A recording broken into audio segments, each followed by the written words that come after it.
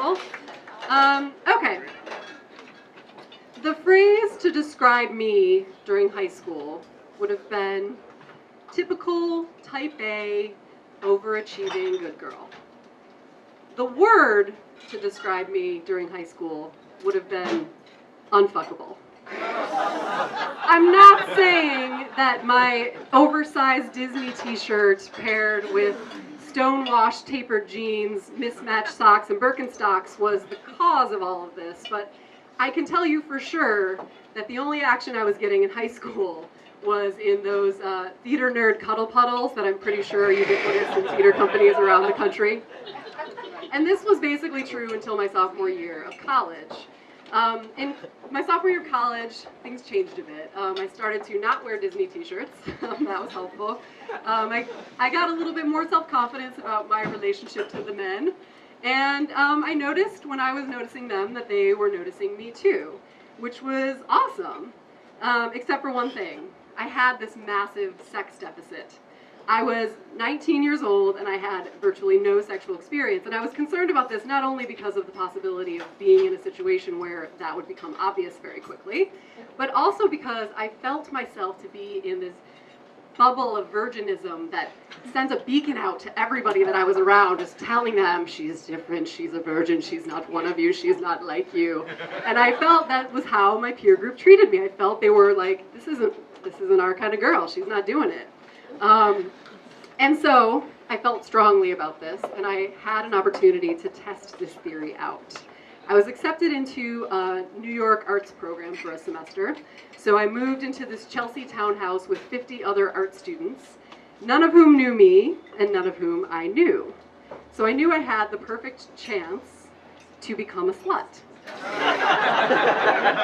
Mind you, I had absolutely no interest or opportunity to become an actual slut, but I did have high school theater training that allowed me to act like a slut.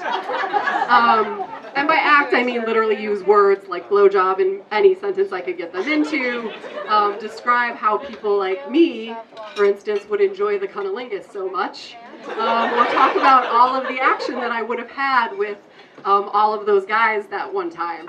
And interestingly, this was effective. These people not only bought the story, because who the hell would make that up, very weird, but they also responded to me the way that I wanted people to respond to me. I felt like the barrier was down, and I'm sure this had nothing to do with the fact that we were basically at a 6-month college-aged art student summer camp, and everything to do with the fact that they didn't know I was a virgin, but whatever, I digress. So I was living in this house, and I was happy that these people had fallen prey to my experiment, and everything was working out wonderfully. I was becoming really good friends with these people who only knew me as a lie. But there was a little bit of a chink in the armor one day. I came home from, I was interning, I came home from my internship, and I heard this guy upstairs on the phone, and what he said was, yeah, there's this hot slut, Mandy, living here, and I'm going to be all up in that shit by the end of the week. And this was highly traumatic for me, because one, I had never been remotely sexually objectified by any man that I was aware of. Two, this guy was totally repulsive and disgusting. And three, I had this sudden realization that it wasn't just the virginal girls that were dealing with shit. Like, girls who had sexual experience had their own pile of shit to deal with. And I was like, this is so unfair. And it made me question a little bit what I was doing. Like, oops, like, oh well, we all have our burdens to bear. Maybe you shouldn't be lying to everybody you know. And then there was a second thing, a larger problem actually, which had I given this plan a moment of thought before I put it into action, I would have realized could have been a risk. I fell for a guy that was living in the house. And we spent so much time together that he had heard every sordid detail of my made-up sexual history. So that was a little bit of an issue when I contemplated our potential future together. But I wasn't overly worried about it because he had a serious girlfriend that he really liked, and he talked about her all the time. She was back home, but he talked to her on the phone all the time. And so I knew I never really had a chance with him, and it was fine. And I was just going to get through my last few months in New York, get back to campus, and hopefully stay friends with him. But one night, we were sitting on the couch watching Annie Hall, and our hands reached out and met across the couch. And just a few short nights later, we had a couple drinks, and then our lips met out and met each other at the bar. And after that, things got very complex and confusing because, well, you guys already know part of the reason why, but then also he has a girlfriend, so that feels really crappy and terrible.